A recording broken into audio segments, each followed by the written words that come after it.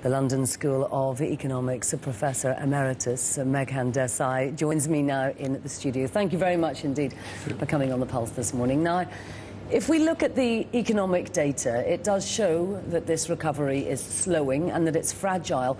Are we in the same position that we were in last February when you and other economists called on whoever was the new Chancellor to make these cuts? I think we are, because although we don't know the third quarter figures yet, we've had 3 quarters of positive growth, high and low, but second quarter is 1.2%.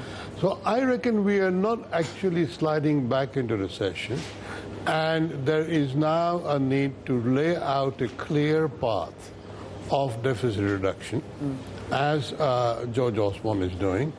And I think one has to remind people that even in this phase, year-on-year expenditure will rise, although only at the rate of inflation. So the actual public expenditure, current spending, is rising.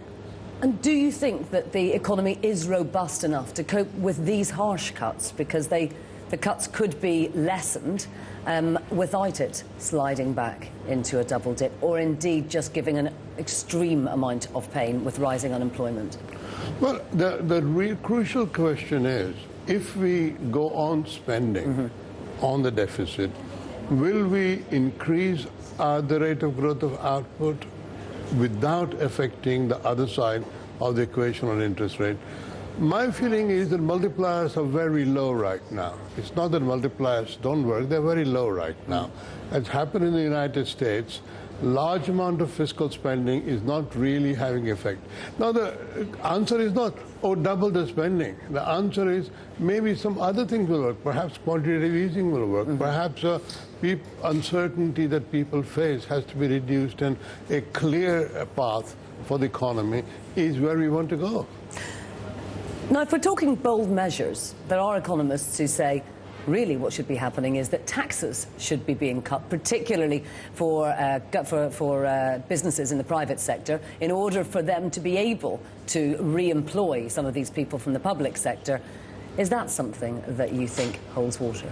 Well, you know, people are always asking for tax cuts at all times, you know, and I think if you give tax cuts, then where are you going to cut the expenditure on the other side? You have to give a clear signal. And I think you should only give tax cuts if you really know that they are going to have impact on employment. And that will ultimately end up being a subsidy. And that subsidy would be short run. So again, that will be counterproductive. I think the thing is, give a clear path and let the economy adjust, because that will keep interest rates low, and then people can adjust. It will take time. The recovery will be weak, not because of the deficit or no deficit, but the growth impetus in Western economies has gone. All the innovations are happening out in Asia. They're not happening here. We haven't had a major outburst of innovations for some time now. So recovery will be slow.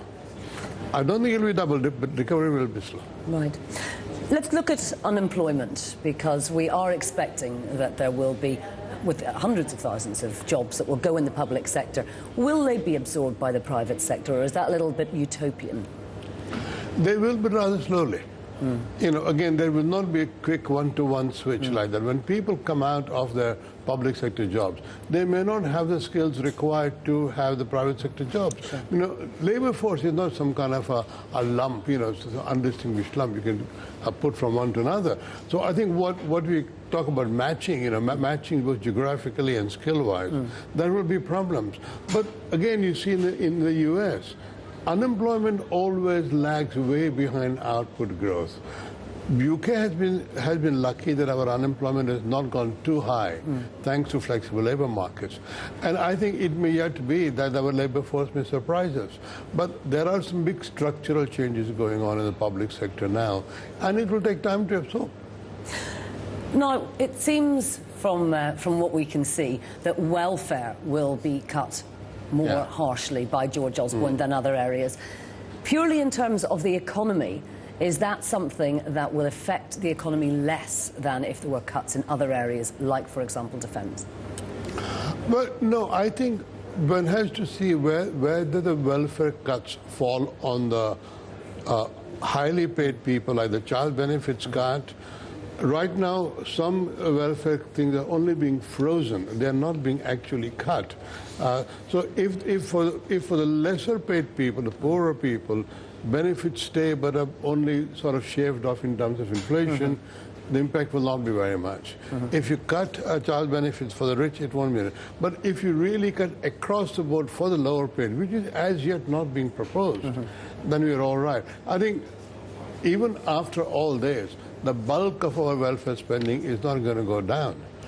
See, what we're talking about cuts are basically cuts relative to the 2009 budget, when we planned to spend money we didn't have, and we now know we don't have that money. So the cuts are really about some notional sums of money we were going to spend. Okay.